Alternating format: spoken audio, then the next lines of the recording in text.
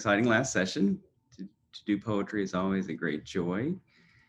And we'll probably get into it pretty quickly, but I wanted to start by framing this in terms of the general reception that the French Revolution received by the Romantics. And this is something that we've adverted to in the last few weeks, that the Enlightenment and the Romantic reaction are really inseparable. They belong to the same kind of sentiment.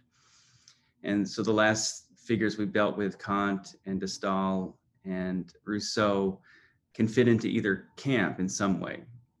And the great Romantic poets, Wordsworth and Coleridge, Byron and Shelley and Keats, they all would have been exemplars of the same attitude. And we see that in this third canto of Childe Harold's Pilgrimage, but we also, of course, have those great lines from Wordsworth. And I want to read the whole poem. You'll know the two lines when I get to them, but this is the French Revolution as it appeared to enthusiasts at its commencement.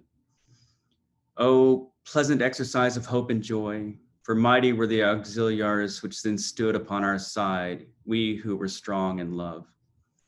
Bliss was it in that dawn to be alive, but to be young was very heaven. O times in which the meager, stale, forbidding ways of custom, law, and statute took at once the attraction of a country in romance. When reason seemed the most to assert her rights, when most intent on making of herself a prime enchantress, to assist the work which then was going forward in her name. Not favored spots alone, but the whole earth, the beauty wore of promise, that which sets, as at some moment might not be unfelt among the bowers of paradise itself, the budding rose above the rose full blown. What temper at the prospect did not wake to happiness unthought of? The inert were roused and lively natures rapt away. They who had fed their childhood upon dreams, the playfellows of fancy, who had made all powers of swiftness, subtlety, and strength their ministers, who in lordly wise had stirred among the grandest objects of the sense, and dealt with whatsoever they found there, as if they had within some lurking right to wield it. They too, who of gentle mood had watched all gentle motions, and to these had fitted their own thoughts, schemers more wild, and in the region of their peaceful selves, now was it that both found, the meek and lofty did both find, helpers to their heart's desire, and stuff at hand, plastic as they could wish, were called upon to exercise their skill, not in utopia, subterranean fields, or some secreted island, heaven knows where, but in the very world, which is the world of all of us, the place where in the end we find our happiness, or not at all.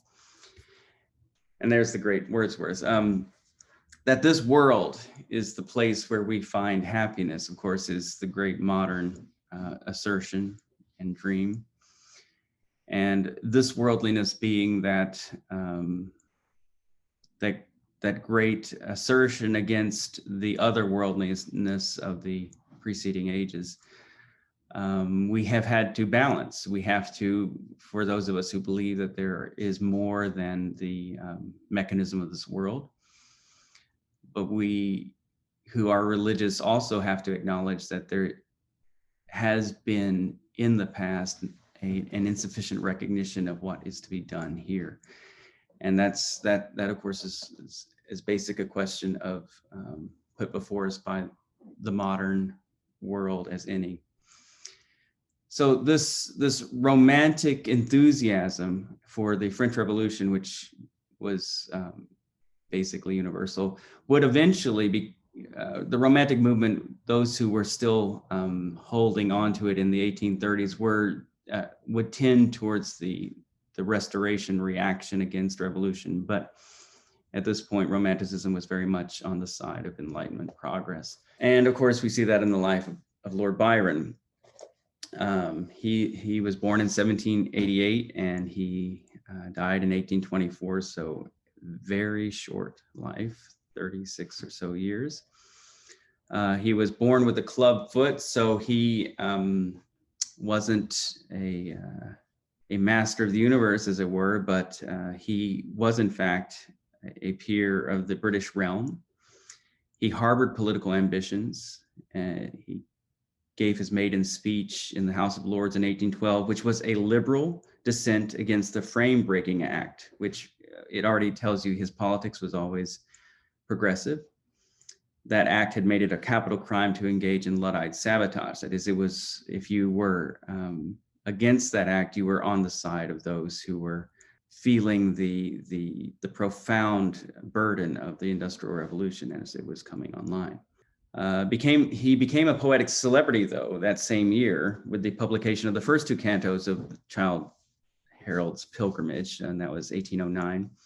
And that was a kind of travel log based on his grand tour. The wealthy would often tour Europe, but because of the Napoleonic Wars going on at the time, he had to concentrate on the Mediterranean lands. He married in 1815. He had a daughter, the only legitimate child he had, and that was Ada, who's apostrophized in the beginning of this and the end of this canto that we've got.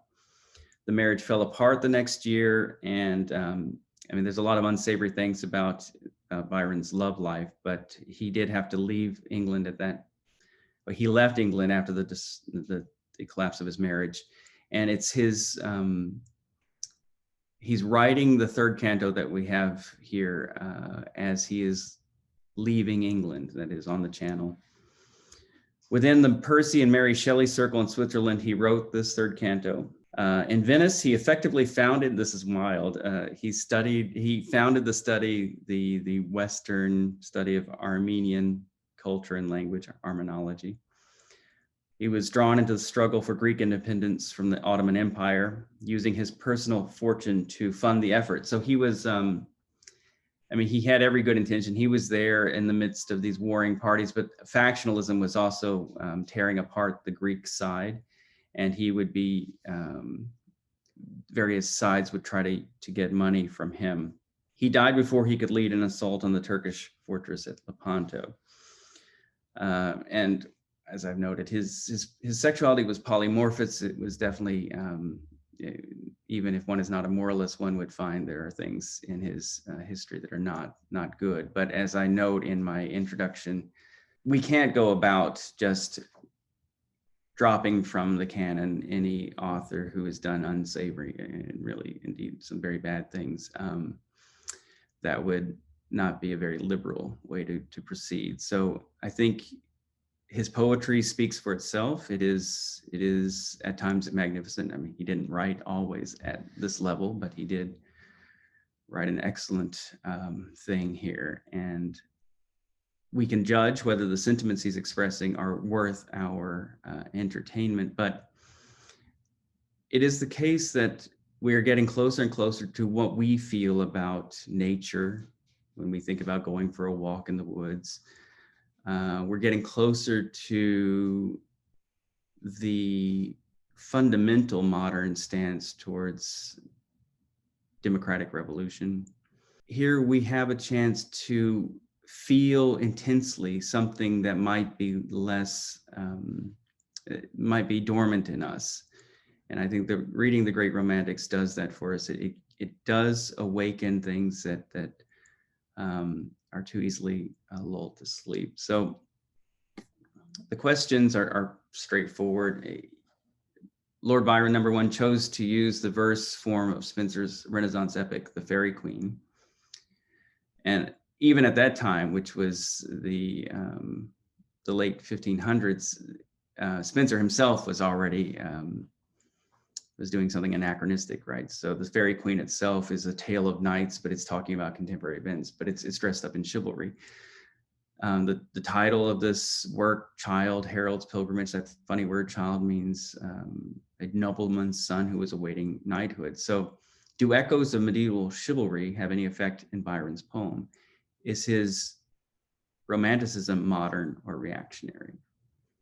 It is, if we're talking, and we'll see this, the romantics would often go back to the medievals and to Catholicism even to try to revolt against the things that really were the most repulsive to them were the depredations of the new industrial revolution, right? So what it was doing to the environment and what it was doing to the poor. And so that same cry that you hear in Marx's Das Kapital, you already hear it well, you hear it in Dickens, obviously, but you hear it in the Romantic poets. You hear it in Blake, obviously.